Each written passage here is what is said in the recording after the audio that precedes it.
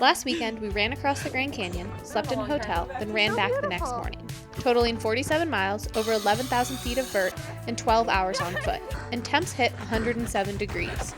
It was hot, hard, and a perfect way to experience the canyon.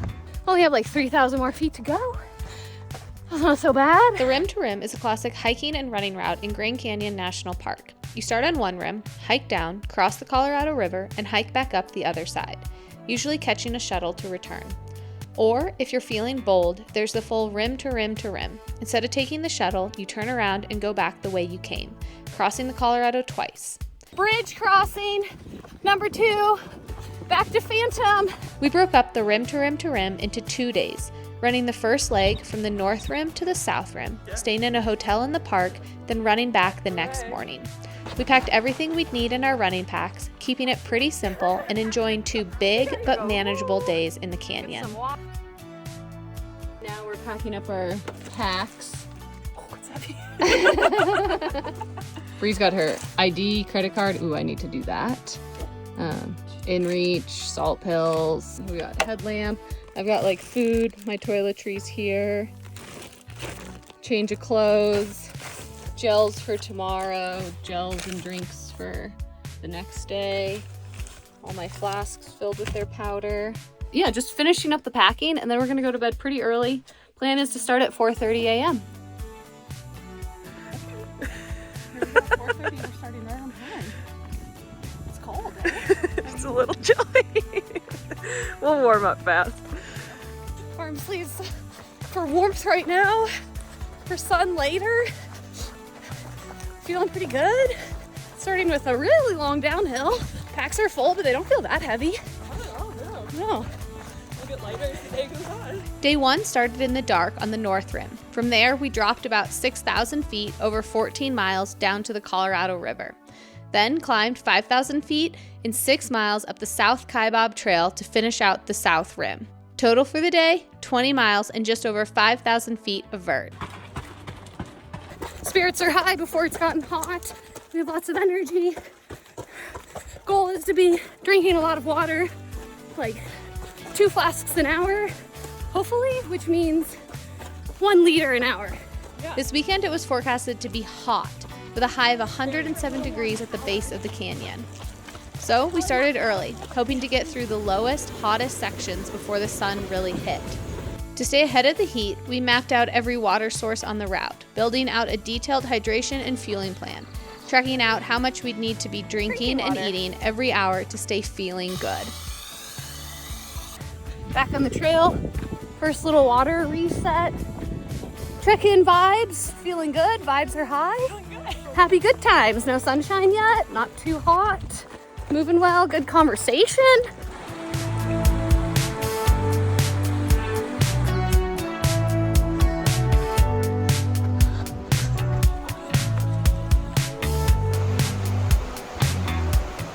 We're here, we're gonna go, woo, get some water, cross, maybe jump in the creek, and then cross this bridge.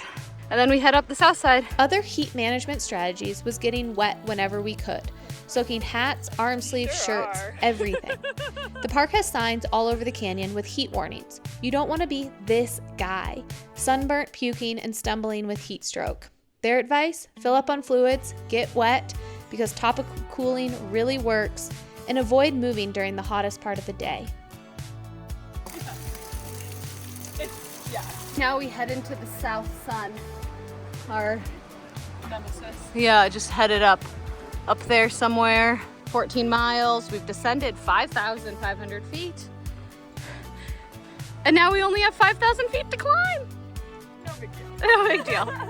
Okay, leaving Phantom, loaded on water and all wet. We're gonna cross the bridge. As we crossed the bridge over the Colorado River, we were leaving behind our last water source. This is the crux of the day. From here to the top, there's no water, no shade, just 5,000 feet of climbing in the heat. So we each packed 4 flasks, that's 2 liters of water, and mentally prepared for a hot climb. And now we go up. We started the climb together, but since I'm training for a race in a few weeks, once we got a third of the way up the climb, I intentionally started to push a little harder. while Bree kept an easier pace and we planned to meet at the top. We're at 17 miles, 4 hours. Only have like 3,000 more feet to go. That's not so bad. That's just 1,000 meters.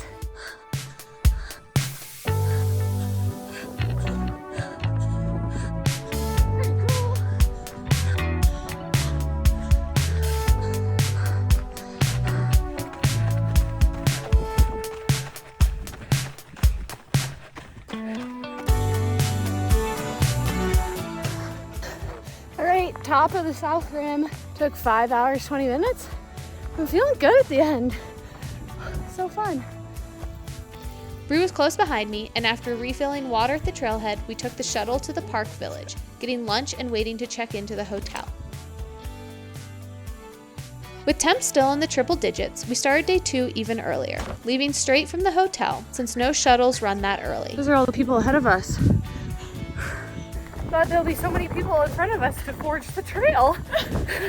No rattlesnakes, we won't spook any of them. We ran 2.5 miles along the rim to reach the South Kaibab trailhead, then dropped back down what we had climbed the day before, crossed the Colorado, and began the long climb, 14 miles and 6,000 vertical feet, back to the top of the North Rim. Total for the day, 23 miles and just over 6,000 vertical feet.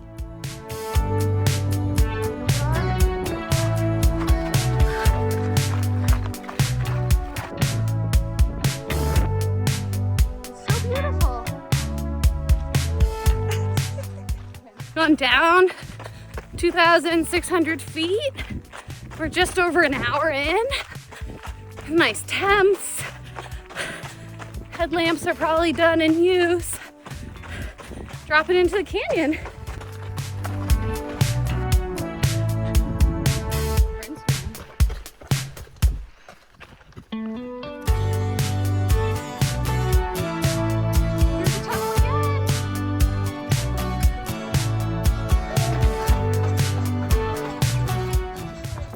Crossing number 2, back to Phantom. We're like 2 hours in, right on schedule. Feeling pretty cool. It's warm, but not that warm. Feels like a cool 90. Once we got to Phantom, we refilled all our bottles and got everything wet, knowing our next water wouldn't be for another 8 miles. And now we start going uphill. So I think it's smart. Over here. Sick. Just, just another 5,000 feet. Yeah. I think more than 5,000 feet. 6? Yeah, just another 6,000 feet. Yeah, even better. Surprisingly, those 8 miles went by quickly, and before we knew it, we were at the final water stop before the top. It's so much more lush over here. Sounds like there's life. Yes. Your shirt is thirsty too, right, Mally?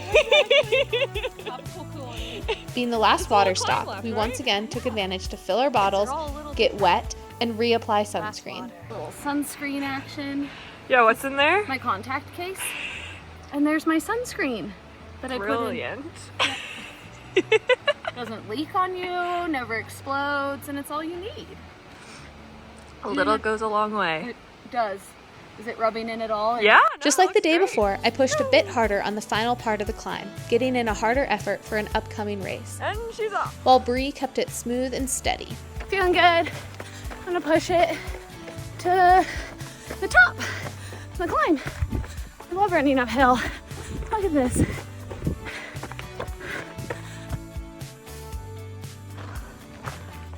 Yeah, almost 6 hours on the day. That was fun. Really good back-to-back days. Fully experiencing the Green Canyon.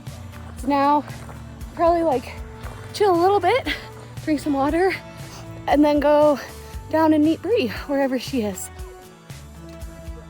Gross, agreed. Nice work, Bree. In the end, there are a lot of ways to do the rim to rim, or the full rim to rim to rim. Yeah, I saw this on the way up and was like, I don't think that's dirt. I think that's... And for us, breaking it into 2 days was the perfect way to ease into the running season, manage the triple-digit temps, and actually enjoy the canyon and the experience. A LaCroix? Yes, thank you. The credit card camping made things easy and simple. The days were big, but not so hard or grueling that we stopped enjoying the views, the trail, or the running. Fun challenge, knowing that we just have to get up this and not come all the way back. Like, I'm excited for the challenge ahead, not like, oh man. I'm sure we'll be back to do rim to rim to rim in one go. But for now, this was the perfect girls' weekend. We have all day to drive home and go get ice cream. Yes. Ice cream sound good? Yes. Okay, yeah. Total for the weekend, 47 miles, over 11,000 vertical feet, and 12 hours on foot. Like and subscribe to see what other running I get into this summer. Yeah.